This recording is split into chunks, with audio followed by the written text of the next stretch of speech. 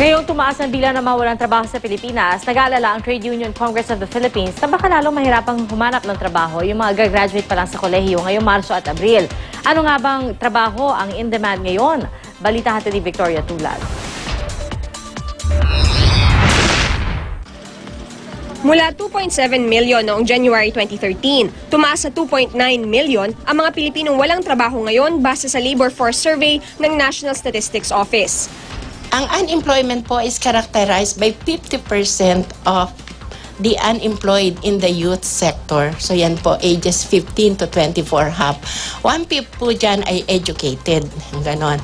So at more than twice the national rate po ang ating youth unemployment. Isa si Marsan Tarokin sa mga nahihirapang maghanap ng trabaho. Bagaman nakapagtapos ng Bachelor in Science on Marine Transportation, hindi raw niya ito magamit.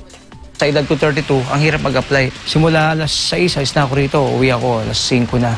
Para lang mabigay ka ng resume. Sa datos ng Commission on Higher Education o CHED, mahigit kalahating milyong college students ang magtatapos ngayong Marso at Abril.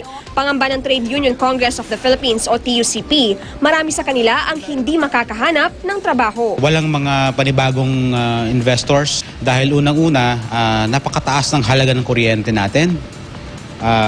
Mahina at hindi sapat ang ating mga modern infrastructure. Pero ayon sa jobstreet.com, marami ang mga kumpanyang naghahanap ng fresh graduates. Ilan sa mga in-demand na industriya ang BPO at information technology, retail, manufacturing, restaurant at real estate. Ang problema, kahit maraming trabaho, kaunti lang daw ang natatanggap.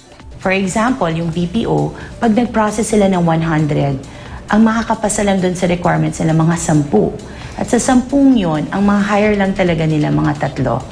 So, yun yung isa sa mga challenges natin, how to improve the competencies. Payo ng mga eksperto sa mga maghahanap ng trabaho, maging kumpiyansa lang sa sarili. Alamin ang detalye tungkol sa kumpanya at trabahong iyong ina-applyan at higit sa lahat, pagandahin ang iyong resume. Victoria Tulad, GMA News.